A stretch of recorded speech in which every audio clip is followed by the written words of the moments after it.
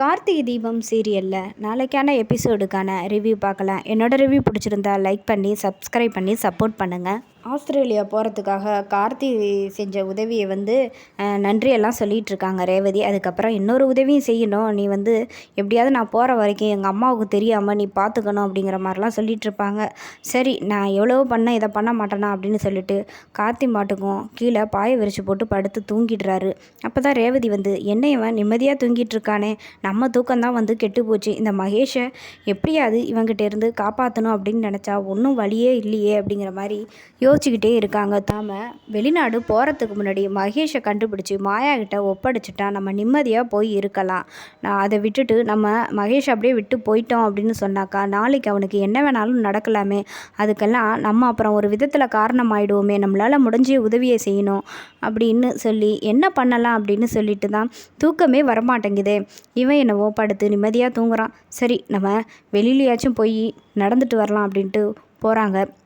அப்போ தான் சாமுண்டீஸ்வரிக்கு phone call வருது. இங்கே அடியாட்கள்லாம் ஃபோன் பண்ணுறாங்க. சாமுண்டீஸ்வரி மேடத்துக்கிட்ட பேசுகிறாங்க. என்ன சொல்கிறாங்க அப்படின்னா, இங்கே மகேஷ் சாப்பிடவே மாட்டேங்கிறன்னு பிடிவாதமாக இருக்கான். நாங்கள்லாம் எவ்வளவோ சொல்லியும் சாப்பிடவே இல்லை. முதல்ல என்னை கட்டெல்லாம் அவுத்து விடுங்க, நான் வீட்டுக்கு போகணும் அப்படிங்கிற மாதிரி பிடிவாதம் பிடிக்கிறாருன்னொன்னே, என்ன அவனுக்கு இதே பிரச்சனையாக இருக்கா, என்ன சாப்பிட மாட்டேங்கிறானா, சரி நான் உடனே கிளம்பி வரேன் அப்படின்னு சொல்லிட்டு பேசிகிட்டு இருக்காங்க.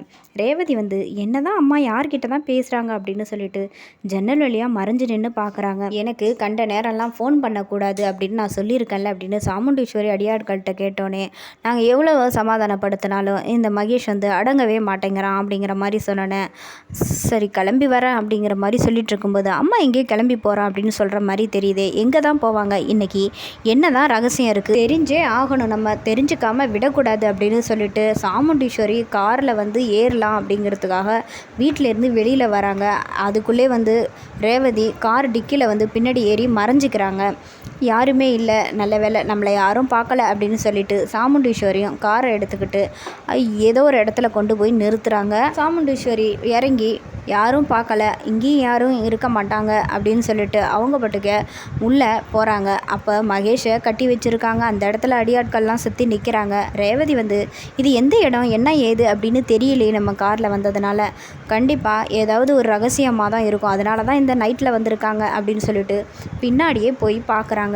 இப்போ தான் மகேஷை கட்டி வச்சுருக்காங்க. டேய், என்ன நைட்டில் ரொம்ப பிடிவாதம் பிடிச்சிக்கிட்டு அட்டகாசம் பண்ணிக்கிட்டு இருக்க, ஏன் நீ ஒழுங்காக சாப்பிட மாட்டியா, ஐயா சாப்பிட மாட்டேன்னு சொல்லிட்டு ஃபோன் பண்ணுறாங்க. இந்த மாதிரிலாம் பண்ணிகிட்டு இருந்தேன்னு வச்சுக்கேன், அப்புறம் நீ வீட்டுக்கே போக முடியாத அளவு பண்ணிவிடுவோம். ஒழுங்கு மரியாதையாக கொடுக்குறத சாப்பிட்டுட்டு இங்கே இருக்கிற வரைக்கும் சத்தம் இல்லாமல் இருக்கணும். இந்த மாதிரியெல்லாம் பண்ணிக்கிட்டு இருந்தேன்னு வச்சுக்க, அதுக்கப்புறம் தொலைச்சிருவோம் ஒன்று அப்படிங்கிற மாதிரி சொல்லுவாங்க. என்னை எப்படியாவது வீட்டுக்கு அனுப்பிடுங்க அப்படின்னு சொல்லும்போது, எதுவும் நீ பேசக்கூடாது, நேரம் வரும்போது எப்போ எந்த முடிவு எடுக்கணும்னு எனக்கு தெரியும், தெரிஞ்சுதா, என்ன அவன் தான் பிடிவாதம் பிடிச்சா நீங்கள் உடனே ஃபோன் பண்ணுவீங்களா, அவனை 2 தட்டு தட்டி சாப்பிட வைக்க வேண்டியதானே, இதுக்கு என்ன சும்மா ஃபோன் பண்ணுவீங்களா அப்படிங்கிற மாதிரி கேட்டோன்னே, இனிமேல் உங்களுக்கு ஃபோன் பண்ண மாட்டோம், நான் ஜாக்கிரதையாக நாங்கள் பார்த்துக்குறோம் அப்படின்னோடனே, இவர் சாப்பிட்டதுக்கப்புறம் அவனை எப்படி இருந்தானோ அதேமாரியே கட்டி வைக்கணும், இல்லைன்னு வச்சுக்க அவன் தப்பிக்கவே கூடாது, அதனால் கேர்ஃபுல்லாக அவனை பார்த்துக்கோங்க, இவன் தப்பிச்சிட்டானா அவ்வளோதான் அப்படிங்கிற மாதிரி சொல்லிட்டு போகிறாங்க. இதையெல்லாம் பார்த்த நம்ம ரேவதி ரொம்ப அதிர்ச்சி ஆகுறாங்க. ஐயோ, இது எல்லாத்துக்கும் காரணம் நம்ம அம்மா தானே, ஆனால் நம்ம ராஜாவை சந்தேகப்பட்டுட்டோமே அப்படின்னு சொல்லிட்டு கார் டிக்கெட்டில் விறுவிறுன்னு ஏறி உட்காந்துக்கிறாங்க. சாமுண்டீஸ்வரியும் வெளில காரை எடுத்துகிட்டு வீட்டில் போய் இறங்குறாங்க.